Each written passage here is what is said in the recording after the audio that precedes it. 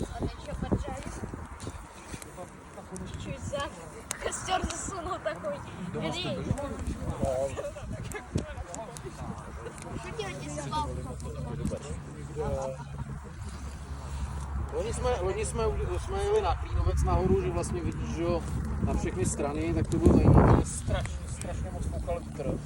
Úplně hrozně. А что, не надо прям вокруг, да? А, надо. Давид, надо, надо. Vlastně od Loňska máme schovaný i ohňostroj a letos jsme ho neodpálili.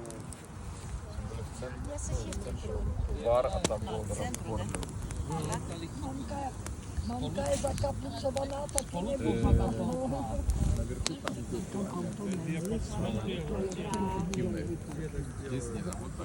My jsme tajní. Ahoj, Vaši. Dobré. Já ti říkám ještě To je jedno, v pohodě, já už jsem si zvyk.